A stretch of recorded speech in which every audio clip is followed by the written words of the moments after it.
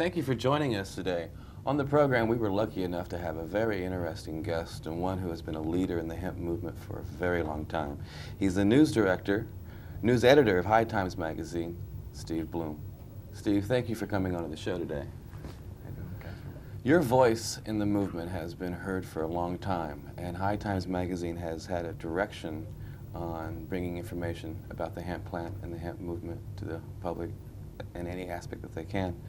And at the same time, you've also had to deal with some problems over the past few years. We want to talk about all of that. First of all, the voice that you've put together, High Times magazine, how did that all come about? We're based in New York City. We're a fairly small operation, magazine publishing company that publishes High Times as well as a couple of other magazines. And we churn out a magazine every month like everybody else does, in our business. We're no different than most people when it comes to that. It's our job to write headlines, to assign, to bring in photos, to do all the legwork that it takes to get the whole magazine produced from beginning to end. That's what we do. We're all professionals at that. And then, by the way, we're also advocates, so that's what makes it unusual. Okay, now the fact that you are advocates and you're out there with your neck on the line, being willing to put your face and your time and talent out there for people to see and to enjoy and learn from, has also caused you some problems. In New Orleans, you were subpoenaed into court, and a problem came up that many people know about, but not in full detail. Well, we've documented it, in High Times, and it's been documented by the mainstream press, as we like to sort of call it, Washington Post, Wall Street Journal, USA Today. They've looked into our situation and what was going on there. And the situation pretty much was through a campaign to gut the indoor growing industry. They targeted High Times as well as the main information vehicle that has been spreading this news about growing indoors, and they wanted to snuff out the industry and get rid of High Times at the same time if they could. And they also targeted a magazine called Sinsemilla Tips, and targeting meant that they started a grand jury. They indicted the president of a company called the Seed Bank out of that grand jury. They wanted information from High Times regarding a possible criminal conspiracy, connecting us with him. And we, of course, are connected in a business relationship. He advertises through High Times, but they seem to think it's something bigger and vaster than that. That we're, in the midst of, some sort of, major clandestine activities to distribute marijuana all over the world or something. It's just absurd. We're a magazine that talks about it. Well, now with High Times being established as what many people say the Bible of the movement, I mean, you were there before anybody else was, it seems like. I mean, you were reporting and covering stories that people wouldn't pick up and cover. All right. So with you being out there and bringing that information home, that makes you an easy target. How do you protect yourself now? How do you go about getting advertisers? How do you go about raising funds to keep the magazine going? Well, it's not fundraising. We're a magazine. We put in a magazine, people buy it. That's one major source of revenue. High Times has good sales, and we thank all our dedicated, loyal readers. They High Times is hard to get sometimes. People always tell us that. All over the country, we get questions. Where can I get it? Where do I get it? People drive miles out of their way to get it. It's amazing. We're spirited by those stories, but it's just. Yeah, I'm told that in some parts of America it's illegal for them to have the magazine People in their think store. it is. That's the absurdity of it. They can be told that by somebody in some locality, and they'll believe it, and then we'll get these calls. Oh, is High Times out of business? Or High Times this? And we're constantly get. Not lately, but we have in the past. I can't remember one real recently, but we just generally get that kind of thing, and there's just all this disinformation that gets spread around about High Times that the DEA, our arch enemy, likes to constantly spread. They can just send it out into the media, it gets picked up, it gets spread around, in stories and wire service stories, and before you know it, it's just sprinkled into the consciousness of people, that so-and-so, has occurred, and it's not true. Okay, now, when I've traveled across seas, I've been to Amsterdam and Germany, and I've been to, lucky enough to be a few places, courtesy of the United States Army, but I've had the chance to do that. And when I was cross seas, I noticed that your magazine is there. Your magazine's in Amsterdam, your magazine's in England, your magazine's in Canada, your magazine's all across the coast. False. Not in Canada. Oh, Illegal in Canada. Oh, it's illegal in Canada, but it can, maybe through mail order, people are getting it. Right. So you are reaching an international audience. So therefore, you focus on the world scene. Now, there's been some changes in the laws regarding hemp, and there's been some people in, I think, Australia who are trying to bring hemp into a cash crop situation and to help feed the people down there. When you focus on the world scene, what directions do you go? Australia, I don't know very much about other than a proposal to the government there for a hemp project.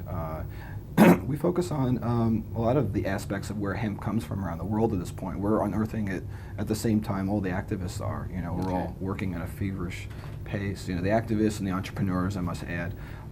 You know, there's money out there, and people are trying to make it as well as spread the gospel about, you know, hemp. You know, so you know, we're doing that, you know, as well. Yeah, and you're doing an excellent job. We'll be talking more with Steve Bloom right after this. You're actively seeking new advertisers, and you're also repositioning the magazine and putting it into a different direction. Isn't that right? Well, the base of advertisers that the government scared off through the harassment of Operation Green Merchant, we've had to look elsewhere. And fortunately, as I said before, the readers have been able to sort of carry the load and very devoted and keep us afloat. But we need more advertising to really, you know, run a better operation, you know, overall. And we've been just looking out to, you know, more obvious markets, the entertainment world, record companies, film companies, book companies. They are very reticent, but you know, that's our little test. Each time we make a breakthrough. I don't know if I should show advertising, but this is an advertisement from Columbia Records, who said that they would not advertise in High Times at one point, we were told, because of our support of Normal. Okay. Yet somehow or other, this group persuaded them to have the advertisement because they wanted it. Some wall broke down very quickly for some strange reason, and it's a good wall for us. Okay. And we're hoping there'll be more of that. Just, you know, getting out in the community, people have been afraid to touch us. Now, over the years, your content of your magazine has gotten stronger and has become more focused. And I believe you've even been responsible for breaking news, bringing new information to light that kind of rattled some trees. Well, our main claim to fame in recent history is all hemp information that we've uncovered. You know, we did a big story on JFK recently that is sort of will be becoming a major motion picture. No, it's coming. The movie's coming out about JFK. I mean, that kind of information.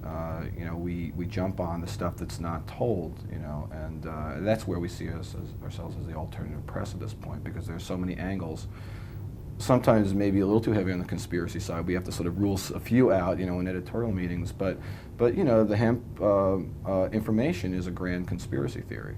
You know, when you really dig into it all, and that's what's, I think, ultimately really fascinated us, that it's so deep. Now, you've also been attributed, or your magazine has been attributed to helping to bring a focus to the hemp movement, like an umbrella where people can all get to know each other and interact. As you continue to grow, how do you plan to incorporate that particular Well, we want attitude? them to start advertising. That's the other side, I guess. But they know that. I don't have to tell them through this medium. But we were hoping to create a hemp industry, in a sense, you know, that will benefit us as well. I don't think that's mercenary. You know, we have to survive, and just like the previous companies who are no longer advertising, although there are a few, you know, the lighting systems and stuff like that, the grow companies, so to speak, garden, you know, stores and so on.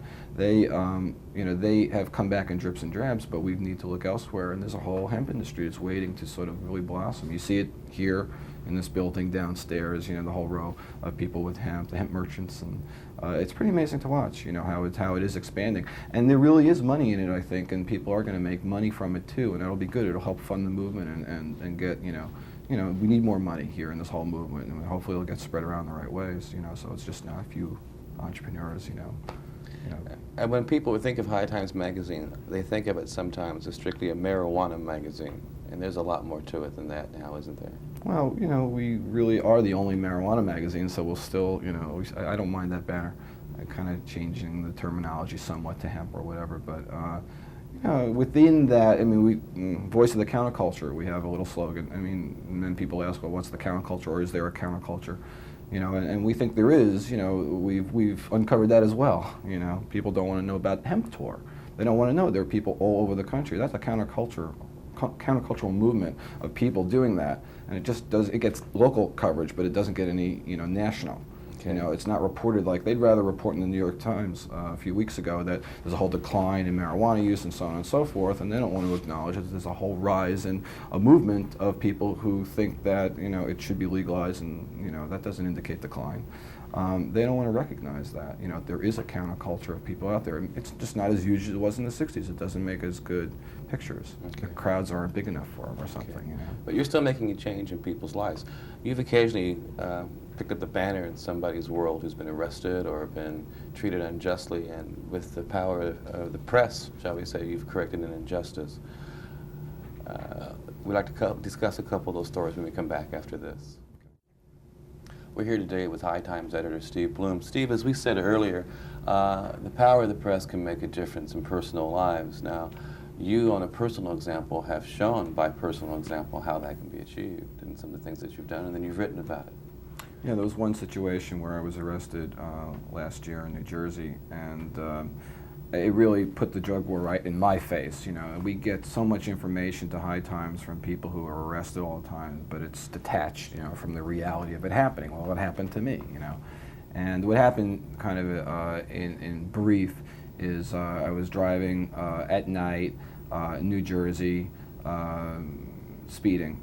And I was pulled over for a speeding violation, and that just wasn't enough. I was driving a car that they presumed guilty, an old Firebird, 70s kind of car, fits some sort of profile, I'm told.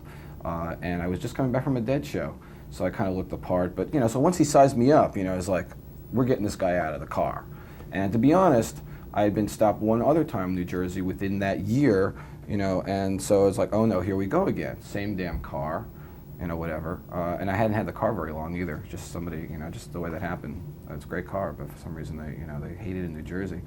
And so they brought me out of the car and proceeded to search. And since it happened the previous time as well, I knew they were going to the pat search. And they pat you down, which really is a major violation right there, But they're allowed to do this for some reason, And first of all, why are they taking me out of the car? That's the whole point. I mean, in my mind, it's like, why did that even start?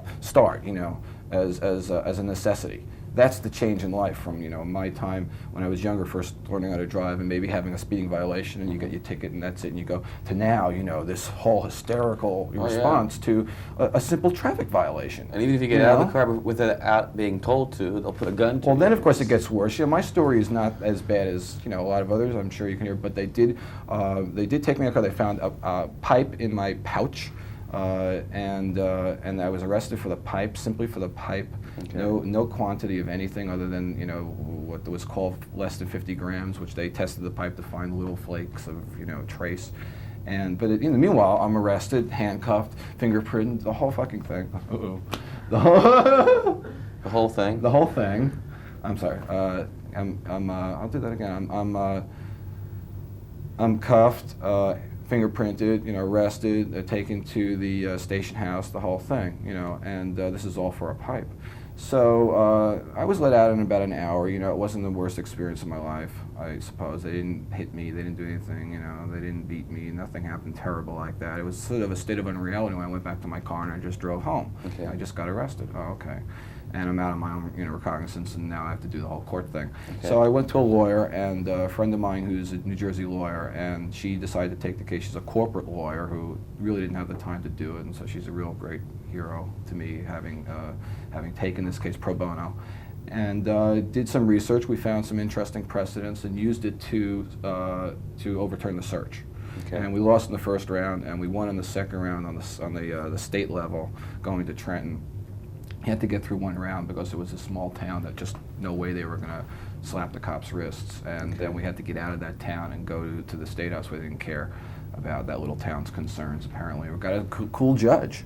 They got the judge suite of Trenton or something. Okay. Who really heard our story and was actually disappointed the state didn't really try and defend themselves very well.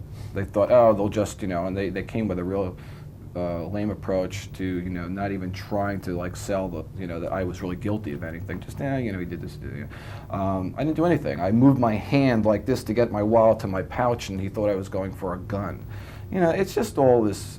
So you know from firsthand Yeah, experience. they'll make up anything. You know, and the hemp tour people have told me, you know, well, and I've learned, you know, you can't drive around anymore with, you know, anything wrong with your car. That anything they'll pick you off. You know, that's the police state stuff that we're dealing with. That's scary, and I think people realize that on a day-to-day level. An average citizen now, I think it's really seeping in. They realize. I mean, except for the, you know, the hysterical people who are in favor of the drug war, who are of the few, but they bark loudest.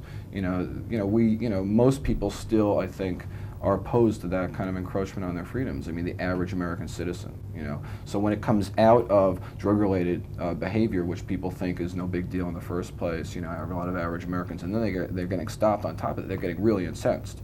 Okay. You know, it's costing them money, obviously, as well. You know, it's crimping their whole, you know, financial, you know, life.